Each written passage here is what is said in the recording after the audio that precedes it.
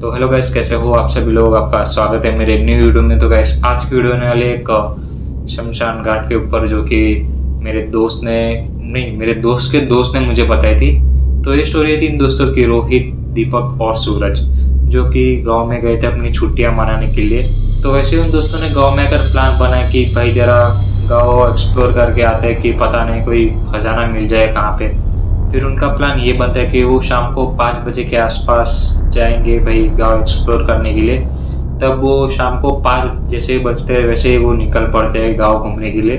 फिर वो घूमते घूमते एक एरिया की तरफ पहुंच जाते हैं जहाँ पे बहुत ही खतरनाक जंगल होते हैं और रात के टाइम पे बहुत ही डरावना दिखे वैसा जंगल। और उस रास्ते के साइड में एक बोर्ड भी होता है जहाँ पे लिखा होता है कि शमशान घाट का रास्ता, यानी कि वो शमशान घाट की तरफ जाने वाला रास्ता होता है। तो वो लोग शमशान घाट देखने के लिए निकल पड़ते कि भाई देखते क्या पता वहाँ पे खजाना मिल जाए। तो वो लोग धीरे धीरे आगे बढ़ते रहते हैं। तब वहाँ पे उन्हें एक अंकल दिखते हैं जो कि वहाँ पे उनको रोकते हैं और बोलते हैं कि भाई ये शमशान घाट है, भाई यहाँ पे घूमो मत, नहीं तो पता नहीं कोई भूत आ जाए या तो फिर कोई आत्मा आ जाए। यानी कि वो अंकल उन लोगों को वार्न ही कर रहे थे कि भाई मत जाओ यहाँ पे। फिर भी वो घर पे ही आ जाते और घर पे आके लोग प्लान बनाते कि भाई रात के टाइम पे जाएंगे ये लोग शमशान घाट में। फिर जैसे ही रात होती है वैसे वो टॉर्च लेकर इंतजार करते हैं कब उनके घर वाले सो जाएंगे, तब ये लोग छुपके से निकल जाएंगे शमशान घाट देखने। तो जैसे ही सब सो जाते हैं उनके घर वाले, तब वैसे ही वो घर से निकलते हैं और वही रास्ते की तरफ पहुंचते हैं जहाँ पे मतलब के शमशान घाट जाने का रास्ता होता है। और जंगल से अंदर जाने वाला जो रास्ता है बहुत ही डरावना माहौल होता है, उनको ऐसा लगता है। फिर भी वो चले जाते जंगल के अंदर, घुसते और टॉर्च की मदद से वो धीरे धीरे करके पहुंच जाते।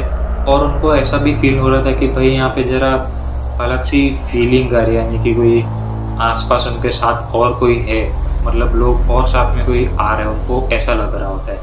लेकिन उनके 3 के अलावा वहाँ पे कोई और होता ही नहीं है। फिर वो धीरे धीरे आगे बढ़ते और वही शमशान घाट आता है जहाँ पे वो जाना चाहते थे। तो वहाँ पे अलग से मतलब कि हवाएं चलने लगती है और जो माहौल है वो अलग हो जाता है, यानी कि हवाएं आती है, बहुत हवा आने लगती है और उनको लगता है कि भाई ये क्या हो रहा है। उनको बहुत अजीब लगने लगता है और उन्हें ऐसी स्मेल आती है, यानी कि कोई कुत्ता हट के गया हो। उन्हें बहुत ही अजीब सी स्मेल आने लगती है, यानी कि बहुत ही बेकार स्मेल। फिर वो जैसे ही शमशान के अंदर एंटर करते तब उन्हें कुछ चिताएं जलती हुई दिखती है, यानी कि बहुत बड़ा शमशान होता है वैसे। वहाँ पे 2 या 3 मतलब कि कुछ लकड़ियाँ रह जाती है, वो जलता हुआ उन्हें दिखता है। तो लगता है कि हाँ भाई कुछ होगा, कुछ जल रहा होगा। तो वो लोग अंदर चले जाते हैं। फिर वो देखते हैं कि भाई यहाँ पे तो वही बहुत ही अलग ही वाइब्स है। उन्हें ऐसा लगता है कि भाई साहब यहाँ पे कोई आसपास है उनके साथ, उनके 3 के अलावा भी यहाँ पे कोई और है।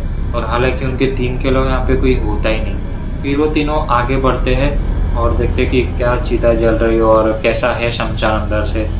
तो सूरज कहीं और चला जाता है, मतलब के पास में है लेकिन थोड़ा सा दूर चला जाता है दीपक से।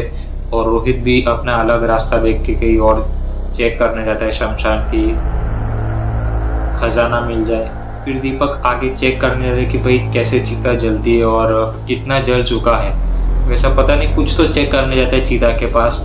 तो वो उसे लगता है कि उसके पीछे कोई खड़ा है, शायद सूरज हो सकता है, मतलब आगे से घूमकर पीछे की तरफ आ गया तो फिर रोहित हो सकता है। तो उसे ऐसा महसूस होता है कि उसके पीछे कोई खड़ा है। फिर पीछे मुड़कर देखे तो वहाँ पे कोई भी नहीं होता। फिर उसकी धीरे धीरे फटनी चालू होती है कि भाई पीछे तो कोई है ही नहीं। तो उसे मतलब कैसे लगे कि पीछे कोई है। फिर दीपक को लगता है कि उसका कुछ वहम होगा, तो वो आगे की तरफ वापस मुड़ता है, यानी कि चिता की तरफ। तो वो एकदम से मतलब कि पाता है कि भाई उसके आसपास कोई है ही नहीं।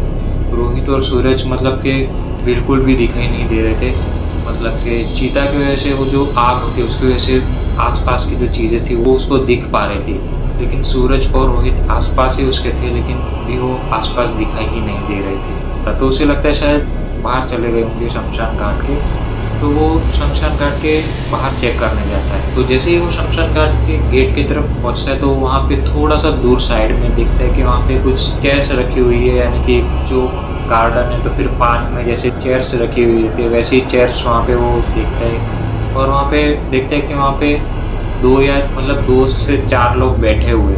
तो तो उसे लगता है शायद यहाँ पे उसके दोस्त होंगे, तो वहाँ पे वो चेक करने लगेंगे शायद यहाँ पे मिल जाए। तो जैसे ही वो आगे बढ़ता है वैसे ही वो उन लोगों को देखता है कि यहाँ पे सूरज और रोहित है, और उनके साथ और 2 जन होते हैं, शायद वो गाँव के लोग हो सकते हैं। तो वो उसे लगता है कि हाँ कुछ बात कर रहे होंगे, तो वो उनके साथ आकर साइड में बैठ जाता है। और दीपक वो उसके दोस्तों से पूछता है कि भाई तुम लोग मुझे अंदर छोड़ के यहाँ पे बाहर क्यों आ गए, लेकिन उसके दोस्त उसको कुछ भी रिस्पॉन्स नहीं देते, यानी कि फुल इग्नोर करते। उसको लगता है कि शायद मजाक कर रहे होंगे उसके साथ, तो वो सोचता है कि छोड़ो ये शायद मजाक कर रहे होंगे मेरे साथ। तो वो आसपास देखने लगता है। फिर उसकी नज़र शमशान के गेट के पास जाती है जहाँ पे 2 लोग और खड़े हुए होते हैं और उसके पास ही आ रहे होते हैं। उसे लगता है कोई और गाँव के 2 लोग होंगे। तो जैसे ही वो धीरे धीरे पास आते हैं तो दीपक पाता है कि भाई वो शायद रोहित और सूरज है, उसे ऐसा लगता है, लेकिन वो सोच रहा होगा उसका वहम हो सकता है शायद।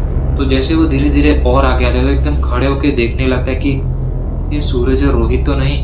फिर वो 2 लोग दीपक के जैसे ही पास आते हैं तो दीपक एकदम शॉक हो जाता है कि भाई ये सूरज और रोहित यहाँ पर है, तो इनके साथ कौन है। तो दीपक एकदम से पीछे मुड़कर देखते तो उसके साथ जो 4 लोग बैठे होते हैं वहाँ पे कोई नहीं होता, यानी कि वो अकेला बैठा हुआ होता है, और वो जिसके साथ बात करने की कोशिश कर रहा होता है वहाँ पे कोई भी नहीं होता। फिर दीपक उसके दोस्तों को जैसे ही बोलने लगता है कि उसके साथ ये चीज़ें हुई थी, फिर रोहित उसे फाट करके गाल के ऊपर उसको बजा देते।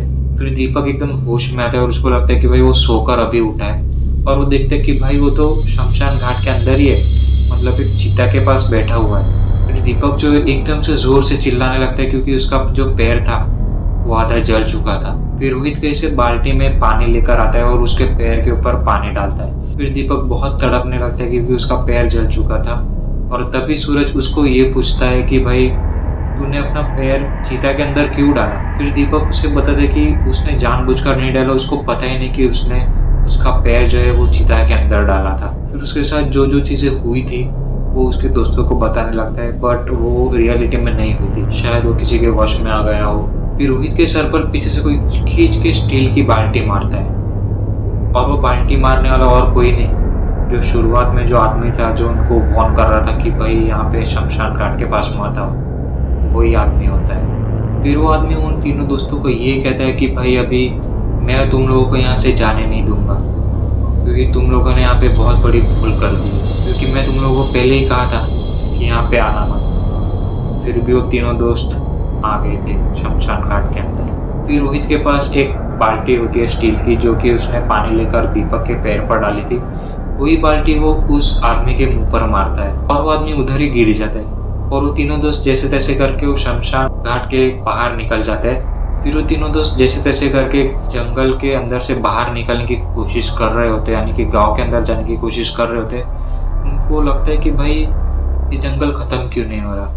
तो जैसे जैसे भगवान का नाम लेके बाहर निकल जाते हैं, और जब वो गाँव के अंदर एंटर करते हैं तब उन्हें एक दुकान दिखती है जहाँ पे कुछ लोग बैठकर बातें कर रहे होते हैं। रोहित उन लोगों को बुलाता है, और जब वो लोग उन तीनों दोस्तों के पास आते हैं तो उनकी पूरी फट जाती है, क्योंकि भाई उनकी हालत देख के मतलब किसी की भी फट जाए। फिर वो लोग उन तीनों दोस्तों को एक गाँव के मेन डॉक्टर जो थे उनके पास लेके गए और उनका इलाज करवाया, और उस डॉक्टर ने उन लोगों को दवाई दी और दवाई लगा कर भी दी, और उन तीनों दोस्तों को उन डॉक्टर के घर पे ही सुला दिया, क्योंकि भाई उनकी हालत इतनी अच्छी नहीं थी। फिर जब वो तीनों सुबह को उठते हैं तब वो अपने आसपास गांव के लोग को देखते हैं कि भाई इतने सारे लोग खड़े हैं। फिर जैसे ही तीनों जागते हैं तब वैसे ही उनके घर वाले और जो गाँव वाले उन्हें यही पूछते कि भाई कल रात तुम लोग कहाँ गए थे, और उनको शक तो हो ही गया था शायद वो उस शमशान घाट के पास गए हो, क्योंकि गांव वालों को तो पता ही है वहाँ पे वैसी सारी चीज़ें होती है। फिर वो तीनों पिछली रात को उनके साथ जो हुआ था वो सारी बात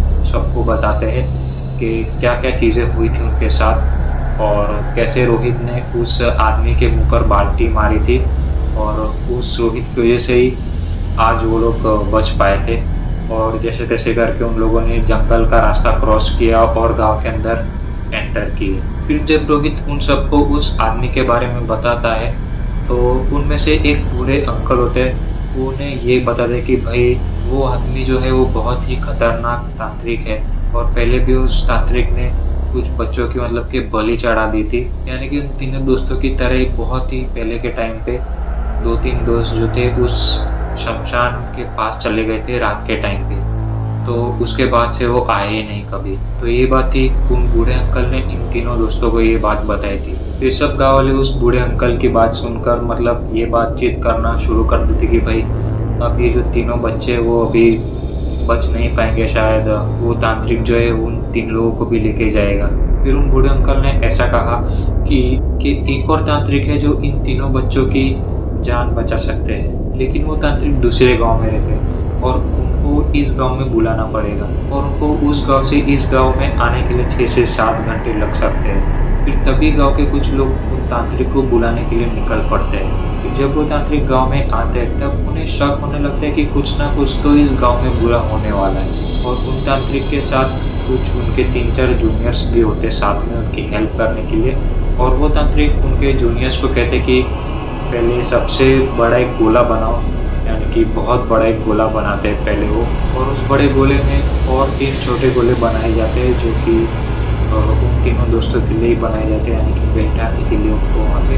और वो तांत्रिक और उनके जूनियर सब तैयारी कर देते हवन की और पूजा की। उसके बाद वो उन तीनों दोस्तों को बुलाने जाते हैं और जैसे ही वो धीरे धीरे आके आते हैं फिर वैसे ही उनकी धीरे धीरे डर जो है उनका बढ़ने लगता है, क्योंकि उनकी जो पूजा हो या तो फिर जो हवन है वो होने वाला था वो ही जंगल के बाहर होने वाला था। फिर वो तीनों दोस्तों को उस छोटे सर्कल के अंदर बिठाया जाता है एक एक करके। और वो जो तांत्रिक है उनके जूनियर्स को ऐसा कहता है कि भाई कुछ भी हो जाए इन तीनों को भाई उस गोले से बाहर निकलने मत देना। और अगर गलती से भी वो तीनों दोस्त उस सर्कल से जो है वो बाहर निकल जाते हैं तो वो जो शमशान वाला तांत्रिक था वो इन लोगों को अपने वश में कर लेगा। फिर वो तांत्रिक अपना हवन स्टार्ट करते हैं। तब हवन के बीच में रोहित, सूरज और दीपक को कुछ विजुअल्स दिखाई देते, मतलब कि उन्हें ऐसा दिखाई दे रहा था कि वो तीनों दोस्त उसी शमशान घाट के अंदर है और उनको बांधकर एक चिता के ऊपर बिठाया गया है। और वो जो शमशान घाट के जो तांत्रिक है वो इनकी बलि चढ़ा रहे हैं, यानी कि जो चेले होते हैं उस तांत्रिक के वो उन्हें रोक के रखते हैं, मतलब कि पकड़ के रखते हैं और उनको बाहर जाने ही नहीं देते।